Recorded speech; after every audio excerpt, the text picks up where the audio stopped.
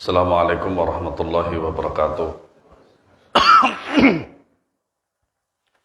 Innal hamdalillah nahmaduhu wa nasta'inuhu wa nastaghfiruh wa na'udzu billahi min shururi anfusina wa sayyiati a'malina.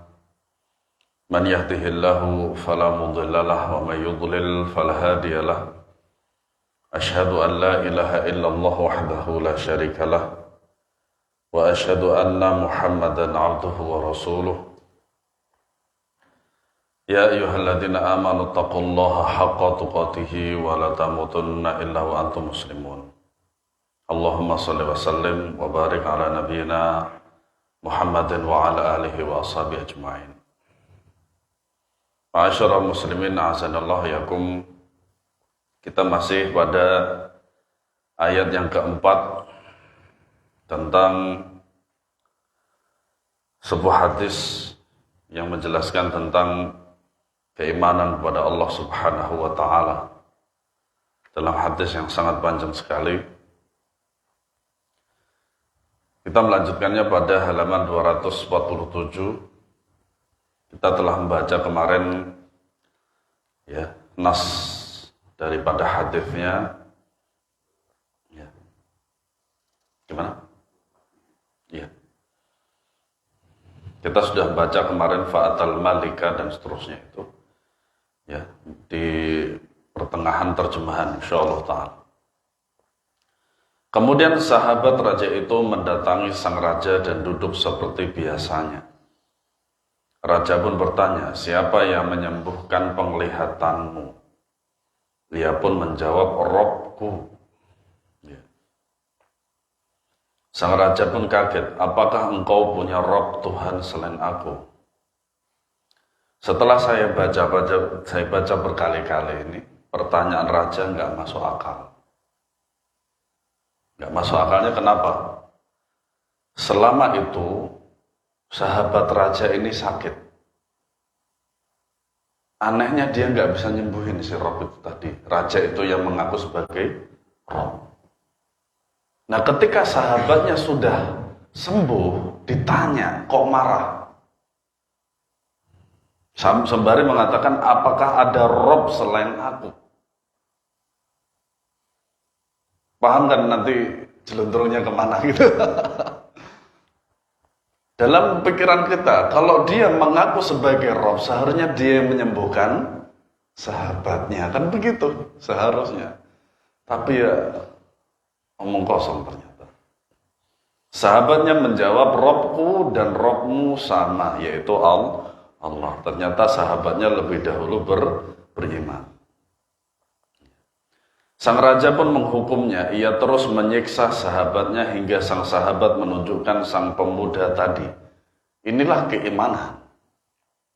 Ya, walaupun sang raja itu sahabatnya sendiri, tetap yang namanya keimanan itu harus dipertahankan walaupun disiksa oleh temannya sendiri. Ya. Ketika anak tersebut datang, raja berkata kepadanya, wahai anakku, telah sampai kepadaku berita mengenai sihirmu yang dapat menyembuhkan orang buta dan berpenyakit kulit. Makanya sihir itu bukan berasal dari Allah, melainkan dari syaitan. Nah, sebagian ruqyah itu memakai wasilah jin juga. Memakai wasilah jin. Makanya kesembuhannya itu cuma sementara saja. Ya, biasanya memakai sholawat-sholawat yang tidak ada contohnya.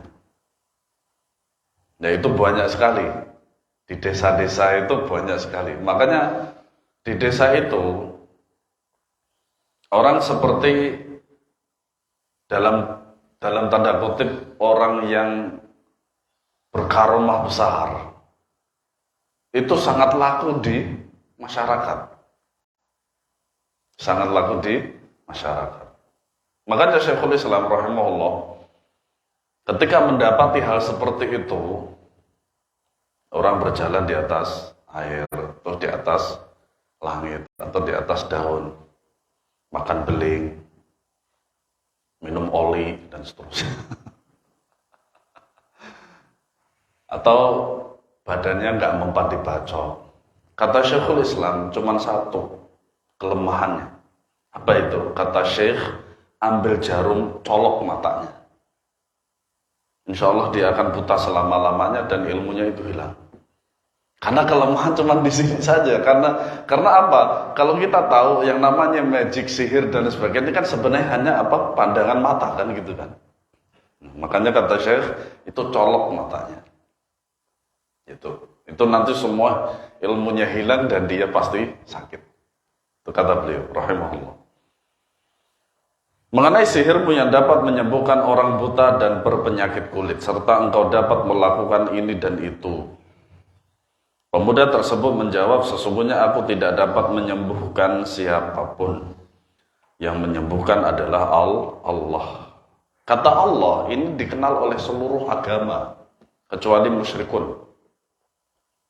Ya, kecuali musyrikun, majusi dan seterusnya. Adapun ahlul kitab dan muslim dan Islam itu mengenal Allah. Ya. Walaupun kalau antum mungkin sering mendengar kata Allah dalam Nasara. Ya. Mendengar hal itu, raja lalu menghukum sang pemuda. Ia terus menyiksanya sehingga sang pemuda memberitahukan sang rahib yang menjadi gurunya. Padahal sudah berpesan. Jangan diberitahukan. Oh, bandel juga anak ini ya. Kayaknya dia nggak mau menanggung sedih atau sengsara sendiri. Iya. Ketika pendeta tersebut didatangkan, raja pun memerintahkan kepadanya, kembalilah pada ajaranmu. Rahib itu menolak. Lalu didatangkanlah gergaji dan diletakkan di tengah kepala sang rahib. Kemudian dibelahlah kepalanya dan terjatuhlah kepala sang rahib. Subhanallah. Beratnya rahib-rahib terdahulu ketika menentang raja. Dalam tanda kutip menentangnya ya. Setelah itu sahabat dekat raja didatangkan pula. Ia pun diperintahkan hal yang sama dengan sang rahib. Kembalilah kepada ajaranmu. Ia pun enggan. Lantas terjadi hal yang sama. Didatangkanlah gergaji dan diletakkan di tengah kepalanya. Lalu dibelahlah kepalanya dan terjatuhlah kepala sahabat tersebut. Subhanallah. Luar biasa. Kemudian, thumma ji'a bil ghulami faqila lahu irji' an dinik fa aba fadafa'ahu ila nafarin min ashabihi faqala idhabu bihi ila jabalin kadha wa kadha fas'adu bihi al-jabala fa idza balaghtum dhuratahu fa in raja'a an dinihi wa illa fatrahuhu fadhahabu bihi fas'adu bihi al-jabala faqala Allahumma kfinihim bima syi'ta farajafa bihim al-jabalu fasaqatu raja'a yamshi ila al-malik faqala lahu al-maliku ma fa'ala ashabuka qala kafanihimullah fadafa'ahu ila nafarin min ashabihi faqala idhabu bihi fahmiluhu fi qurqurin fatawassatu bihi al-bahra wa fa in raja'a an dinihi wa illa faqdhifuhu fadhahabu bihi faqala Allahumma kfinihim bima syi'ta faqfa'na fankafa'at bihi musafinatu faghariqu wa ja'a yamshi ila al-maliki faqala lahu al-malik ma fa'ala ashabuka qala kafanihumullah. Kemudian tibalah giliran pemuda tersebut untuk didatangkan. Ia diperintahkan hal yang sama, kembalilah kepada ajaranmu. Ia pun enggan. Kemudian anak itu diserahkan kepada pasukan kerajaan. Raja berkata, pergilah kalian bersama pemuda ini ke gunung ini dan itu. Lalu dakilah gunung tersebut bersamanya. Jika kalian sampai di puncak lalu ia mau kembali kepada ajarannya, bebaskan dia. Jika tidak, lemparkanlah ia dari gunung tersebut. Nah ini, hadis ini juga menjelaskan kepada kita tentang keutamaan seorang pemuda. Alhamdulillah yang hadir di musola ini semua anak muda. Jiwanya. Iya, anak muda semua insya Allah. Nah, yang paling muda adik kita ini. Eish. Nah, lalu pasukan raja pergi bersama pemuda itu dan mendaki gunung. Kemudian pemuda itu berkata, "Ya Allah, cukupilah aku dari tindakan mereka dengan kehendak-Mu." Ini mengingatkan kita terhadap sebuah hadis yang sahih bahwasanya kalau ada sebagian kaum yang ingin memudaratkanmu tetapi Allah belum menginginkan, ya tetap tidak akan terjadi. Iya. Gunung pun lantas berguncang dan semua pasukan raja akhirnya terjatuh. Pemuda itu kembali berjalan dan mendatangi raja. Nah, inilah yang disebut dengan karomah. Tapi karomah itu ada yang lebih afdol dari itu. Apa itu? Istiqomah. Istiqomah kata Syekh bahwasanya al-istiqomah atau afdal min alfi karomah. Satu istiqomah itu lebih baik daripada 1000 karomah. Jadi ini sebuah kejadian yang nyata, khariqul ada. Khariqul ada. Ini karomah yang Allah berikan kepada orang yang saleh. Nah, anak pemuda ini anak yang saleh. Pemuda yang saleh, tapi dia bukan nabi. Kalau sekiranya nabi, maka dia menjadi mukjizat. Seger buger. Iya, ternyata pasukannya semuanya dijatuhkan oleh gunung tersebut dengan izin Allah Subhanahu wa Ta'ala. Akhirnya si pemuda itu tadi turun gunung, kemudian dia nantang lagi si raja. Kira-kira apa? Makanya orang-orang kafir itu ketika mereka berkuasa jadinya seperti itu. Ya, jadinya seperti itu. Seperti halnya yang terjadi pada Syakib Arsalan atau Amir Arsalan. Makanya orang-orang Turki itu banyak yang namanya Arsalan. Ketika Raja Armanus itu tertangkap oleh dia, terjadilah percakapan antara Arsalan, Amir Arsalan dengan Armanus. Armanus ditanya, "Kalau sekiranya aku menjadi tawananmu, apa yang akan kamu lakukan?" Jawabannya apa? "Kullu qabih." Seluruh cara siksaan paling sadis akan saya siksa ente. Itu kata Armanus. Kemudian ditanya lagi, bagaimana kalau sebaliknya? Bagaimana kalau sebaliknya? Apakah kamu akan saya bebaskan ataukah kamu akan siksa? Kata Armanus, ya terserah kamu adalah rajanya. Kata Arsalan mengatakan, bahkan kamu akan saya pulangkan. Inilah indahnya Islam kalau memimpin negara. Makanya kalau bukan Muslim, bukan Islam yang memimpin suatu negara, jadi seperti itu. Iya. Pemuda itu kembali berjalan dan mendatangi raja. Ketika sampai di hadapannya, raja itu berkata kepada sang pemuda, "Apa yang dilakukan teman-temanmu tadi?" Pemuda tersebut menjawab, "Allah telah mencukupi tindakan mereka. Allah yang membalas mereka." Lalu pemuda itu dibawa pergi kembali bersama pasukan raja. Raja memerintahkan kepada pasukannya, "Pergilah kalian bersama pemuda ini dengan menggunakan sebuah sampan ke tengah laut. Jika ia mau kembali pada ajarannya, bebaskanlah dia. Jika tidak, tenggelamkanlah dia." Wallahu alam, apakah waktu itu palung Mariana sudah ada atau belum? Atau segitiga bermuda? Kan itu kan sampai sekarang kan yang masih paling berbahaya di laut kan itu kan, dua itu kan. Nah, itu. Untung aja nggak ada. dari kisah ini belum ada ya. Mereka pun lantas pergi bersama pemuda itu. Lalu pemuda ini pun berdoa kepada Allah, "Ya Allah, lindungilah aku dari tindakan mereka dengan kehendak." Setiap doa pasti dikabulkan. Makanya kata Nabi SAW, muqinan bihi, harus yakin dengan doa tersebut. Karena kita nggak mungkin ketika kita berdoa meminta kepada Allah Subhanahu Wa Taala, kok nggak yakin, itu kan nggak mungkin dikabulkan. Tiba-tiba sampah tersebut terbalik dan pasukan raja pun tenggelam. Ini gara-gara raja yang zalim, banyak yang mati. Ya. Pemuda tersebut kembali mendatangi raja seger buger. Ketika menemuinya, raja pun berkata kepada pemuda, apa yang dilakukan teman-temanmu tadi? Pemuda itu menjawab, Allah telah melindungiku dari tindakan mereka. Faqala lil maliki innaka lasta biqatili hatta taf'ala ma amuruka bihi.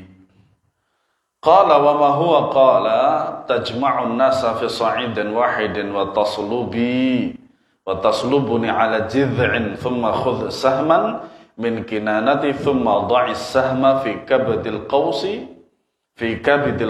thumma qul bismillahi rabbil ghulam. ثم ارمني فإنك إذا فعلت ذلك قتلتني فجمع الناس في صعيد واحد وصلبه على جذع ثم أخذ سهما من كنانته ثم وضع السهم في كبد القوس ثم قال بسم الله رب الغلام ثم رماه فوقع السهم في صدغه فوضع يده في صدغه في موضع السهم فمات. Faqala an-nasu amanna birabbil ghulam. Amanna birabbil ghulam, amanna birabbil ghulam. Ini saya kira kita juga pernah mendengar cerita ini. Alhamdulillah kita mengulang lagi yang lebih lengkap riwayatnya. Ia pun berkata kepada raja, engkau tidak dapat membunuhku sampai engkau memenuhi syaratku. Tentu saja ini atas kehendak Allah. Raja pun bertanya, apa syaratnya? Pemuda itu berkata, kumpulkanlah rakyatmu di suatu bukit, lalu saliblah aku di atas sebuah batang pohon. Kemudian ambillah anak panah dari tempat panahku, lalu ucapkan Bismillahirrabbilghulam. Artinya dengan menyebut nama Allah, Tuhan dari pemuda ini. Jadi kata Bismillah sudah ada dari dulu dengan menyebut nama Allah. Lalu panahlah aku. Jika engkau melakukannya itu, engkau pasti akan membunuhku. Ya. Lantas rakyat negeri ini dikumpulkan di suatu bukit. Pemuda tersebut pun disalib di batang pohon kurma. Wallahu alam, apakah itu disalibnya, apakah, kan kalau kita lihat disalib itu kan orang yang diserupakan dengan Nabi Isa itu yang di sini ya kan yang dipaku itu. Wallahu alam apakah itu hanya sekedar diikat dengan tali. Iya. Sang raja mengambil anak panah dari tempatnya kemudian diletakkan di atas busur. Setelah itu raja mengucapkan Bismillahirrabbilghulam. Padahal rajanya Arab, dalam artian mengerti tentang lafaz ini. Ya. Artinya dengan menyebut nama Allah Tuhan dari pemuda ini, kemudian dilepaslah panah tersebut dan mengenai pelipis antara telinga dengan mata sang pemuda. Lalu pemuda tersebut memegang pelipisnya yang tertancap anak panah, ya. Lalu pemuda itu pun mati. Rakyat yang berkumpul di tempat itu berkata, kami beriman kepada Tuhan pemuda tersebut, kami beriman kepada Tuhan pemuda tersebut. Ternyata faedahnya adalah supaya rakyat itu beriman kepada Allah. Mungkin antum pernah mendengar kata istishhad, yaitu bom bunuh diri. Pernah ya? Dulu ketika di Saudi itu kan saya punya anak majikan itu, dulunya di Irak dia. Dulunya di Irak. Nah kemudian dia itu punya hard disk eksternal 1 tera kalau nggak salah waktu itu, atau 1 giga, wallahualam saya lupa itu. Itu semuanya video waktu dia di Irak. Nah di situ juga ada bom bunuh diri. Nah bom bunuh diri itu haram, sebagaimana yang dilakukan oleh sebagian kaum muslimin yang tidak memberikan manfaat sama sekali untuk orang kafir, toh juga untuk kaum muslimin.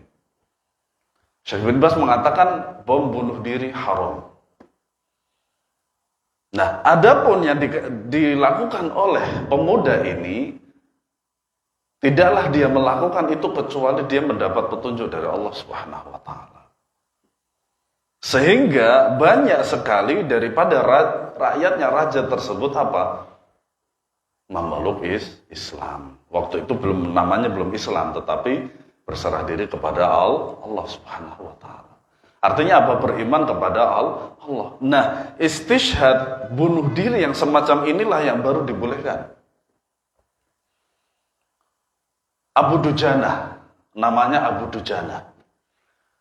Ketika perang di Madinah itu ternyata orang-orang Yahudi itu berada di sebuah kebun kurma.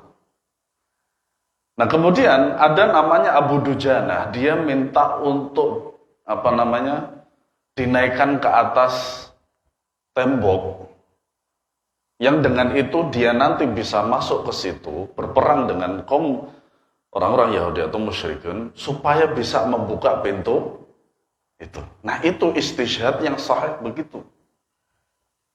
Makanya di dalam sebuah hadis yang sahih disebutkan bahwasanya orang yang bunuh diri ketika di dunia dengan bom, maka dia nanti disiksa dengan bom. Atau bayangin bom.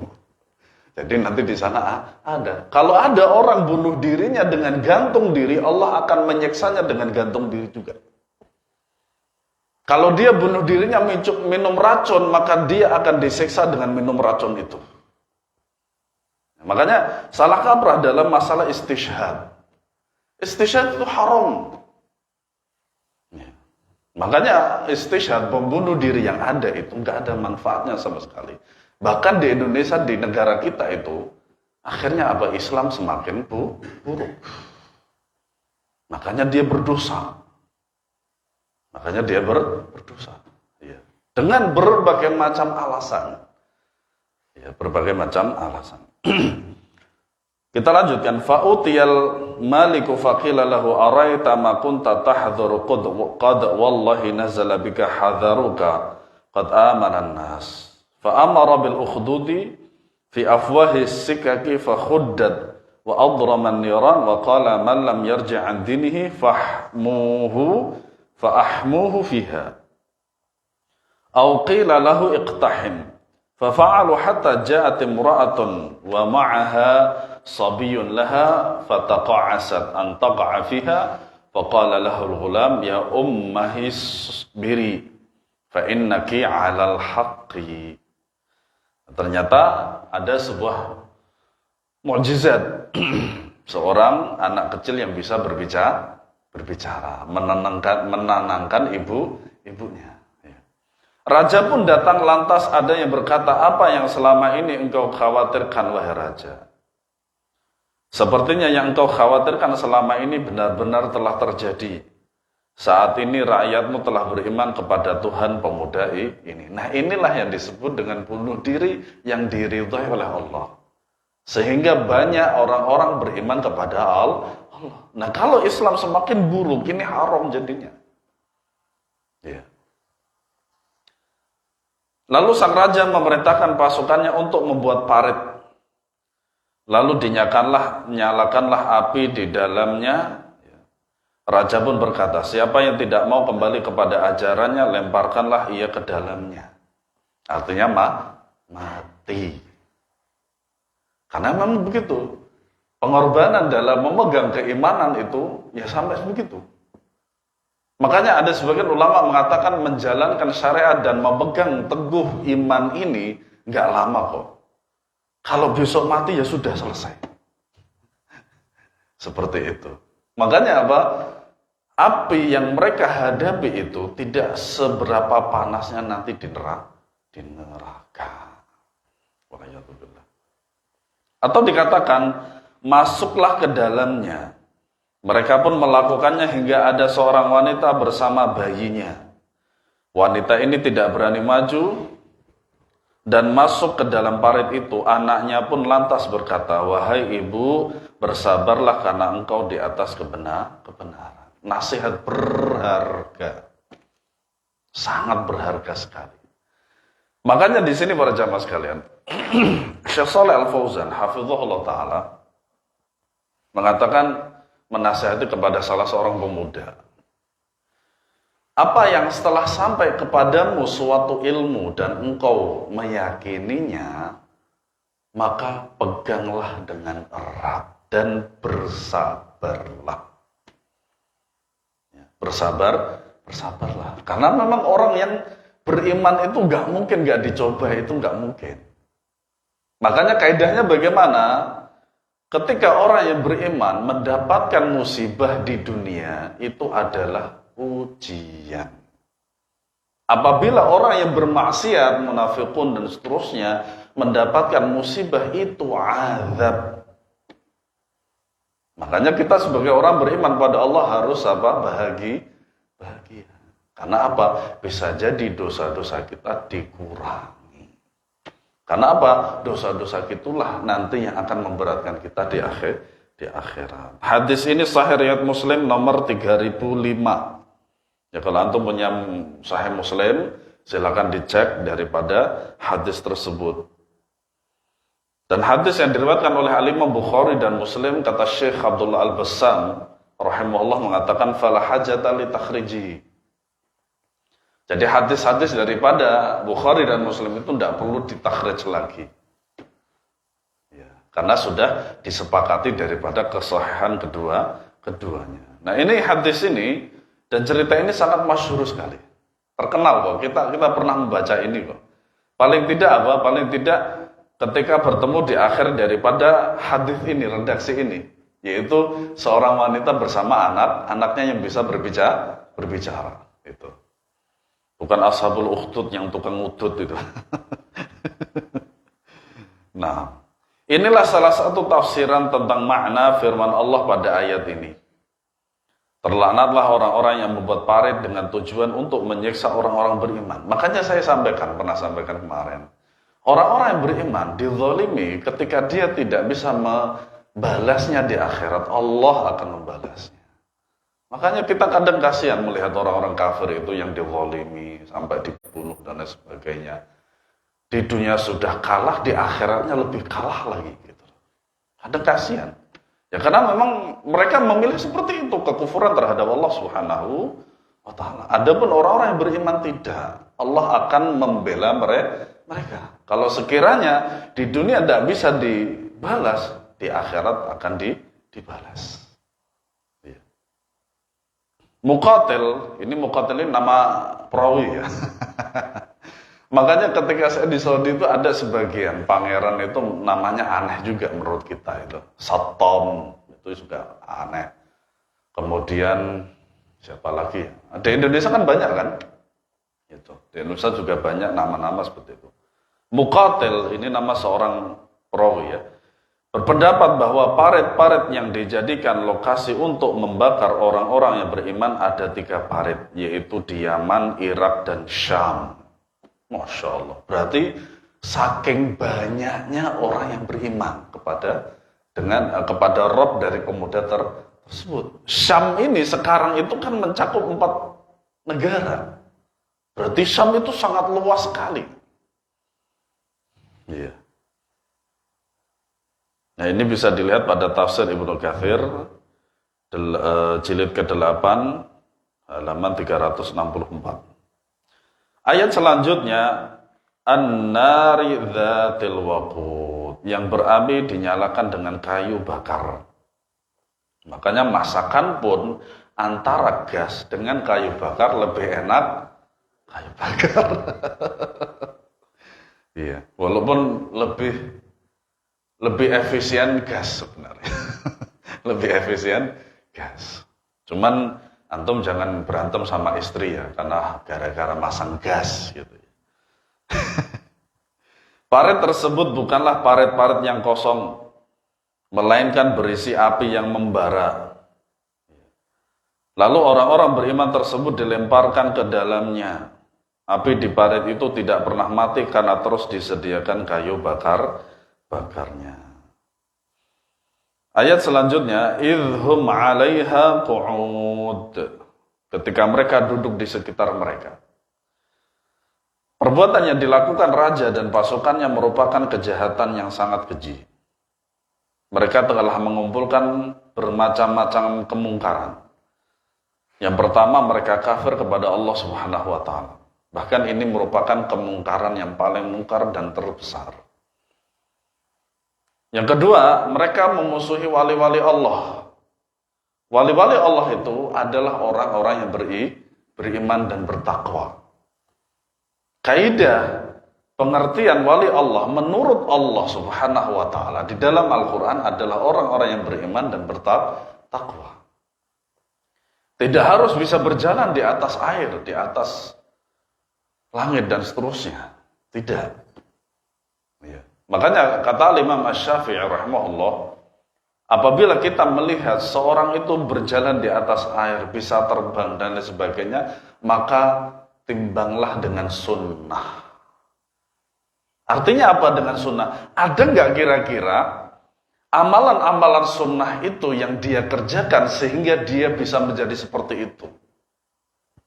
Ya. Misal begini, jenggotnya dipotong, itu kan haram. Itu haram. Nabi saja berjenggot. Kenapa umatnya nggak ikut berjenggot begitu? Nah, menghabiskan, bahkan dihabiskan jenggot sama sekali. Iya. Nah, kemudian kalau dia bisa berjalan di atas seperti itu, maka kembalikan pada sunnah. Bagaimana dia mengerjakan sunnah? Dan justru kebanyakan orang-orang yang bisa seperti itu, mereka jauh dari yang namanya sunnah. Contoh Pak, saya dulu ketika SD, SMP, SMA, bahkan sampai ke Saudi Arabia, tukang rokok. Saya ikut sebuah perguruan kanuragan di Jawa Timur. Kakak saya pertama, kedua, dan saya ikut. Nah, di antara salah satu yang saya bisai itu, kan namanya rokok itu kan ada yang high class, ada yang pertengahan, ada yang low banget gitu kan ya, derajatnya sangat itu. Nah dulu kalau kita bahkan saya kira orang antum juga tahu bahwasanya kalau rokok yang high class itu yang satu dari Kediri, yang satu dari Surabaya. Terus ada satu lagi yang dari Malang itu warnanya biru. Kita mengatakannya cengkalawang gitu. Karena untuk menutup pintu. Nah, kalau kita membeli rokok yang mahal kan gak kuat. Kita kan gak kerja, anak SD gitu loh. Nah, saya dulu dari rokok yang low sekali derajatnya itu, rasanya saya rubah menjadi yang paling mahal. Baca ayat kursi tanpa bernafas. Jadi kalau seandainya ini puntung rokok ya rokok, terus kemudian di sini gabusnya, itu saya pegang seperti ini Pak. Saya baca ayat kursi, kemudian baca apa, kemudian minta pada Allah. Dan ternyata rasanya persis 100%. Makanya teman-teman saya itu sangat dekat sekali sama saya. Mer. Ini tolong dikasihkan rasanya ini. Oh siap. Bismillahirrahmanirrahim. Ayat kursi. Udah, saya kasihkan. Oh ternyata benar. Nah ya seperti inilah dulu kejahilian saya seperti itu. Nah, orang-orang yang seperti ini para jemaah sekalian, di desa-desa itu dianggap karomah. Padahal itu bukan karomah. Karena apa? Semua orang bisa. Dan satu kelemahannya di situ. Orang-orang yang seperti ini, diruqyah insya Allah sembuh. Diruqyah insya Allah sembuh. Karena memang itu bukan dari Allah Subhanahu wa ta'ala. Yang ketiga, mereka membunuh dan membakar para wali Allah Subhanahu wa taala. Yang keempat, mereka menikmati penyiksaan terhadap orang-orang beriman yang dibakar hidup-hidup. Ya. Makanya di sini Ya, ayatnya idhum 'alaiha qu'ud. Pendapat lain menyebutkan bahwa kaum mukminin yang disiksa itu diikat dalam kondisi duduk agar mereka makin tersiksa tatkala dibakar. Orang-orang kafir memang begitu. Ketika orang-orang beriman disiksa, kok sepertinya nggak ada pengaruh, nggak sakit dan lain sebagainya, ditambah. Tetapi ketika orang beriman pada Allah disiksa terus kemudian rasa kesakitan, seneng, ditambah lagi. Ya memang begitulah pengorbanan untuk membela keimanan pada Allah Subhanahu wa taala memang demikian. Berat. Berat. Tetapi kalau ikhlas lillahi taala dan mengharap kepada ridha Allah Subhanahu wa taala, maka surga balasannya. Ayat selanjutnya wahum 'ala ma yaf'aluna bil mu'minina syuhud. Sedangkan mereka menyaksikan apa yang mereka perbuat terhadap orang-orang yang beriman. Pada ayat ketiga telah dijelaskan bahwa sebagian ulama menafsirkan kata syahid dengan orang-orang yang menyaksikan kaum mukmin dibakar dan mereka menikmati pemandangan itu. Untuk mereka lah Allah Subhanahu wa taala bersumpah karena perbuatan mereka yang sangat sadis. Kewajiban orang yang beriman itu adalah memegang dengan erat keimanan itu, dan kewajiban bagi Allah adalah membalas orang-orang kafir. Iya. Perbuatan sadis itu diperlihatkan ketika sang rahib digergaji kepalanya dari atas sampai ke bawah. Nabi saja sudah pernah dilempar batu. Sang pemuda yang dipanah dan orang-orang mukmin dibakar hidup-hidup. Semua itu bukanlah perbuatan yang ringan. Oleh karena itu Allah Subhanahu wa taala bersumpah dengan mereka. Makanya yang namanya membunuh itu sangat berat. Sangat berat. Di dalam hukum fikih, orang yang membunuh itu ya, terlebih lagi dengan sengaja, maka dia dikenai dua hukuman untuk memilihnya. Pertama diqisas, yaitu dibunuh juga. Yang kedua adalah membayar diat. Dan membayar diat ini nggak tanggung-tanggung. 100 ekor unta bunting. Kurus nggak boleh. Harus bunting, itu sudah syarat mutlak. Ya, tinggal ngalikan 1 ekor unta berapa gitu. Gitu. Nah, kemudian dibayarkan kepada keluarganya. Kalau sekiranya keluarganya nggak mau dibayar dengan diat ini, maka si pelaku harus diqisas. Saya ceritakan ya, saya pernah melihat 2 kali, tapi bukan di Jeddah, di tempat saya dulu di Buraidah. Jadi misalkan di sini adalah tempat untuk qisas, pemanjungan. Nah, 100 meter ke seluruh arah itu harus kosong. Waktu itu ada mobil rongsok, itu juga dibersihin sebersih-bersihnya. Pokoknya area itu dari yang sini sampai ke 100 meter itu semuanya bersih. Gak ada apapun. Motor, mobil, dan lain sebagainya itu kalau rusak sudah dibersihin sebersih-bersihnya. Itu mulai dari setelah Isya. Ya. Sampai besok pelaksanaan pancung itu sekitar jam 10. Karena di Saudi itu jam 10 itu sudah mulai ramai. Gitu. Nah, kebetulan waktu itu di pasar.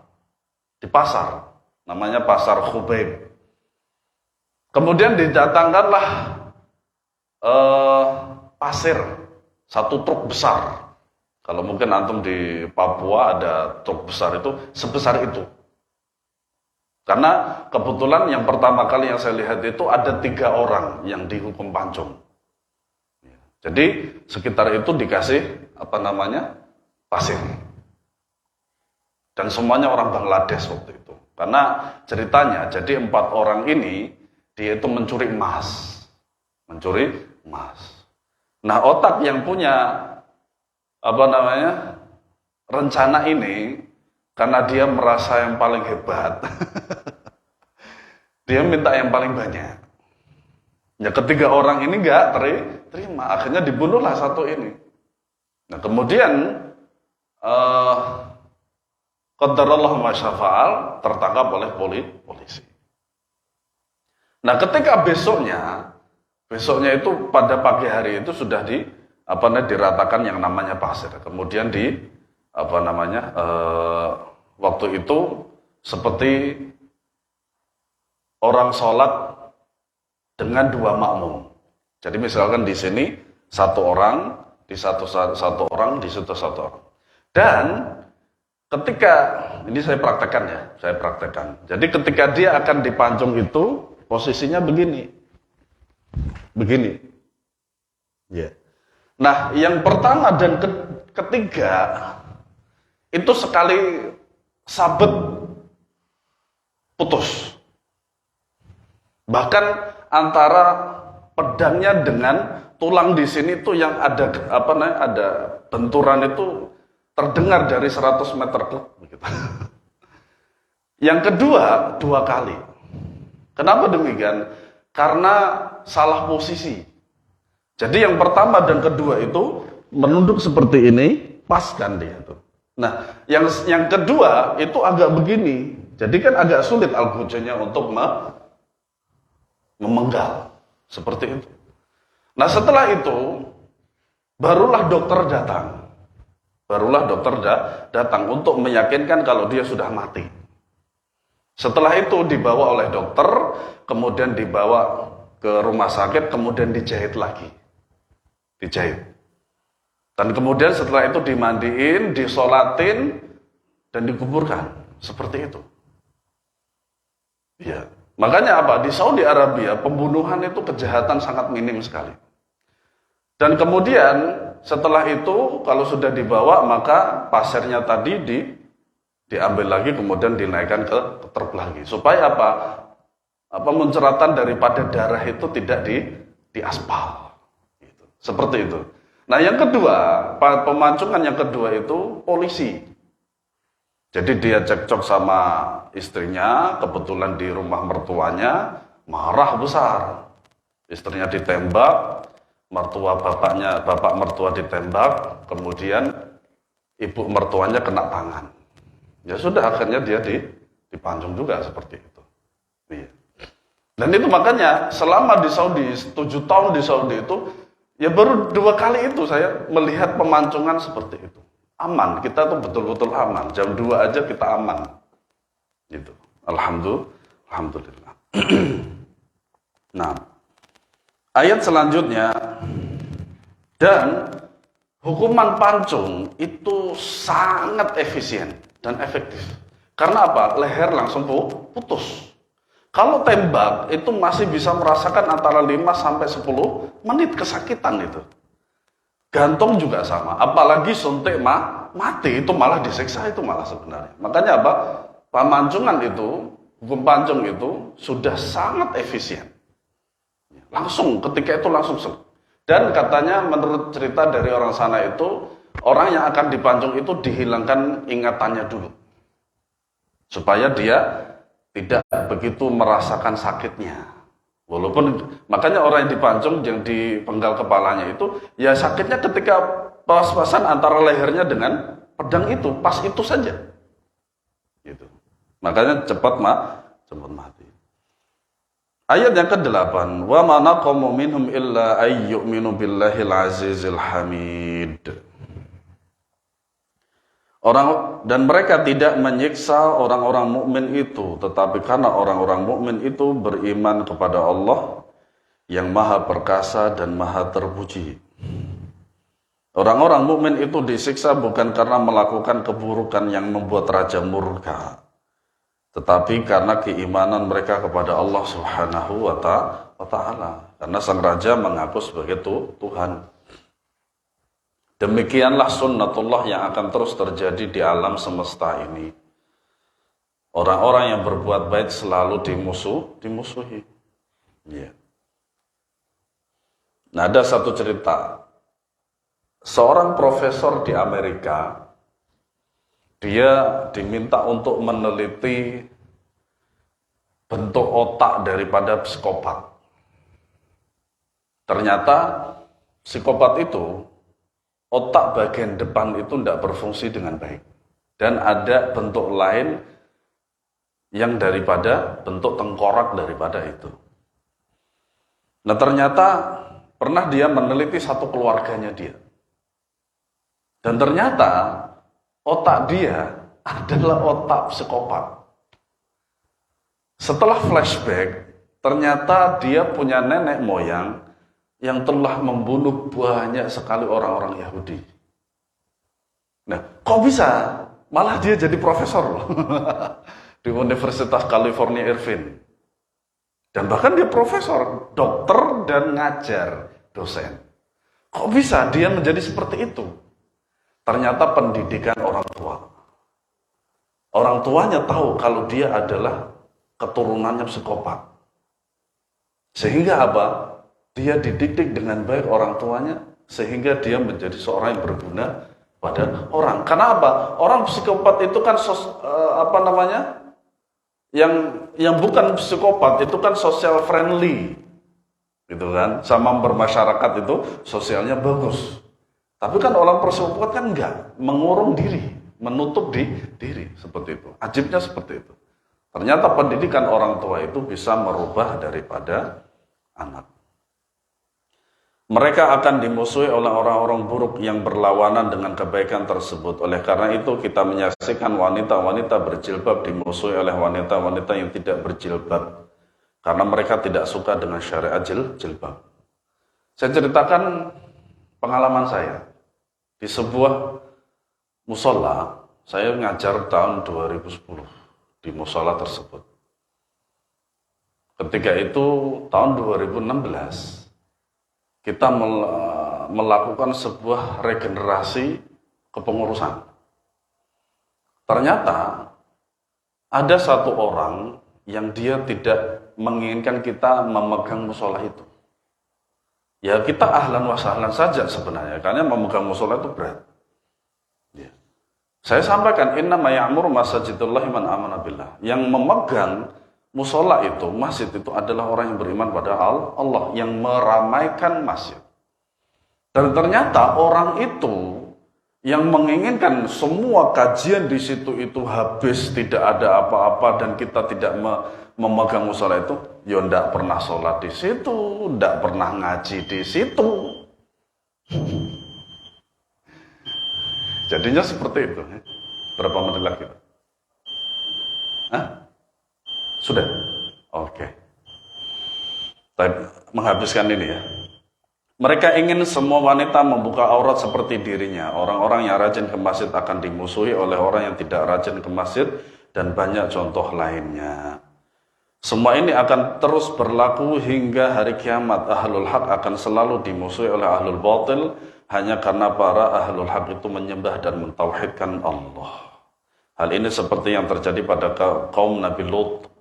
Kaum Nabi Lut alaihissalam yang melaksanakan praktek homoseksual musuhi orang-orang yang tidak mempraktekkan homoseksual seperti Nabi Lut dan pengikutnya. Allah Subhanahu wa taala berfirman dengan menceritakan perkataan mereka terhadap Nabi Lut alaihissalam dan pengikutnya, "Famakana jawab qaumihi ila an qamu akhriju ala lutim min qaryatikum innahum unasun yatatahharun." Di sisi lain, jikalau Nabi Lut dan pengikutnya disuruh pergi, Allah mudah ngasih adab kepada mereka. Iya. Orang yang tidak melaksanakan praktek homoseksual dikatakan sok suci. Ya emang itu. Tuh ahli surga sedang berkomentar. Iya, karena yang dikomentari ahli neraka. Oleh mereka yang melaksanakan praktek homoseksual. Oleh karena itu kita jangan berpikir bahwa beragama itu akan mulus dan lancar. Musuh akan selalu ada bagi mereka yang terus berbuat kebaikan. Orang-orang yang selalu berbuat kebaikan sesungguhnya bermusuhan dengan orang-orang yang tidak suka dengan kebaikan. Oleh karena itu, orang-orang yang suka melakukan kemaksiatan dan keburukan ingin agar orang yang sekitarnya mengikuti jejak mereka untuk memusuhi orang-orang baik. Nah inilah tipu daya syaitan. Semoga Allah Subhanahu wa taala menguatkan keislaman kita sampai akhir nanti. Amin ya rabbal alamin. Subhanakallahumma bihamdika asyhadu an la ilaha illa anta astaghfiruka wa atubu ilaik. Assalamualaikum warahmatullahi wabarakatuh.